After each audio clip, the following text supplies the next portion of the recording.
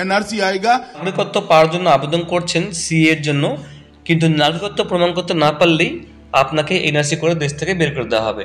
এরকমটা কথা কিন্তু রাজ্যের মুখ্যমন্ত্রী মমতা বন্দ্যোপাধ্যায় তিনি বলছিলেন যে যদি আপনি ভারতের নাগরিক প্রমাণ করতে না পারেন, যে শর্তগুলো দেওয়া হয়েছে ভারতের নাগরিকত্ব পাওয়ার জন্য, সেগুলো যদি প্রমাণ করতে না পারেন তাহলে আপনাকে এনআরসি করে বের করে দেওয়া হবে।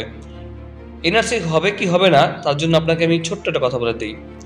যদি এনআরসি না হতো তাহলে সিএ এর যে আইনটি 2019 সালে ডিসেম্বর মাসে পাশ করা হয়েছিল, সেই আইনটি বানানো বা এই 11 মার্চ 2023-এ সেই আইনটি সারা দেশে চালু করার কোনো মানে হয় না। কারণ ধরে নিন যদি সিএ যদি হয়ে থাকে তাহলে এনআরসি হবে না, বা এনআরসি হবেই না এটা কিন্তু কোথাও বলা নেই। কিন্তু এনআরসি যে হবেই তার যে প্রমাণ সেটা হচ্ছে সিএ। যারা এটা জানে তারা কিন্তু কোনোভাবেই কিন্তু এটাকে কিন্তু অবহেলা করবে না, কারণ আপনাকে সেই প্রমাণ বা তথ্য জোগাড় করে রাখতে হবে যখন এই সিএ এর আবেদন শেষ হবে। লোকসভা ভোট যখন শেষ হবে, যখন প্রধানমন্ত্রী আবার গঠন হবে নতুন করে, সে যেই প্রধানমন্ত্রী হোক, কিন্তু বিশেষ করে বিজেপি সরকার থাকলে এনআরসি হবে। আসামে এনআরসি হয়েছিল 2019 সালে, যেটা মোস্ট টার্গেটেড স্টেট। তারপরে সেটা হচ্ছে পশ্চিমবঙ্গ। পশ্চিমবঙ্গে এনআরসি হবে। পশ্চিমবঙ্গে বাংলাদেশিরা বিশেষ করে এত পরিমাণ এসেছেন, আমি এখানে কখনো কিন্তু বলছি না একবারও যে হিন্দু মুসলিমের কথা বলছি না। এনআরসির ক্ষেত্রে কোনো হিন্দু মুসলিম নেই, সি এর ক্ষেত্রে রয়েছে। সি এতে শুধুমাত্র আফগানিস্তান, পাকিস্তান এবং বাংলাদেশ থেকে আসা হিন্দু, বৌদ্ধ, জৈন, খ্রিস্টান, পারসিক এদেরকেই কিন্তু নাগরিকত্ব দেওয়া হবে, কিন্তু কোনো মুসলিমকে দেওয়া হবে না। কিন্তু এনআরসি শুরু হলে কিন্তু সেটা কি হিন্দু, মুসলিম, শিখ সবাইকে দেয়। হ্যাঁ, একটা কথা, যদি কেউ সিএ আবেদন করে ভারতের নাগরিকত্ব পেয়ে যায় তার ক্ষেত্রে আবার কিন্তু এনআরসি লাগু হবে না বা এনআরসি প্রমাণ করতে হবে না। কিন্তু বাকিদের ক্ষেত্রে যারা রয়েছেন কোটি কোটি মানুষ, তাদেরকে হিন্দু হোক মুসলিম হোক তাদেরকে কিন্তু এনআরসি করতে হবে। এনআরসি কিন্তু সারা দেশে চালু করা হবে এমন কিন্তু না।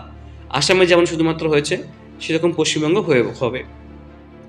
আপনারা যারা এখানে আবেদন করছেন সিটিজেনশিপ পোর্টাল অনলাইনে, Indian citizenship portal online, Indian citizenship অনলাইন.NIC.in, এখানে আপনি আবেদন করলে আপনারা নাগরিকত্ব পেয়ে যাবেন।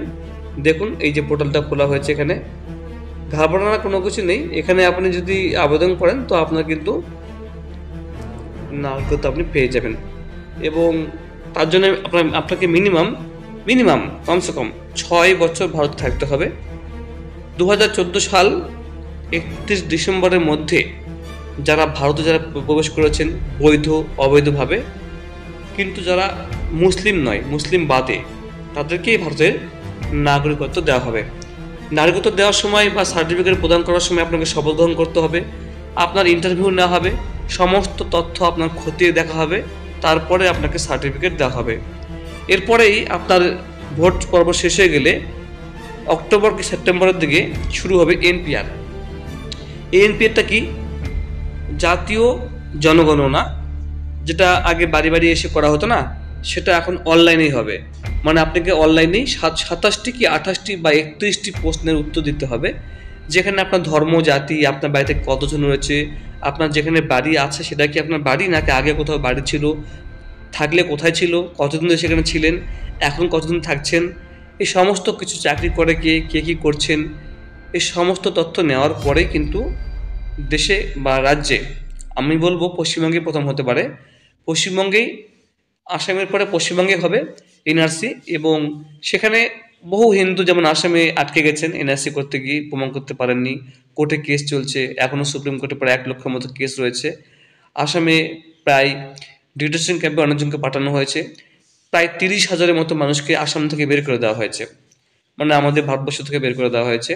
তো পশ্চিমবঙ্গ এরকমটা হতে পারে। তাই আমি বলবো 1987 সালের আগে যারা জন্মগ্রহণ করেছেন তাদের বার্থ সার্টিফিকেট লাগবে না, কিন্তু 1 জুলাই 1987 সালের পর থেকে যদি আপনার জন্মগ্রহণ হয়ে থাকে ভারতবর্ষে, আপনার বার্থ সার্টিফিকেট করে নিতে হবে, করতে হবে বার্থ সার্টিফিকেট, একদম এটা ম্যান্ডেটরি, না করলে আপনি প্রবলেমে পড়বেন।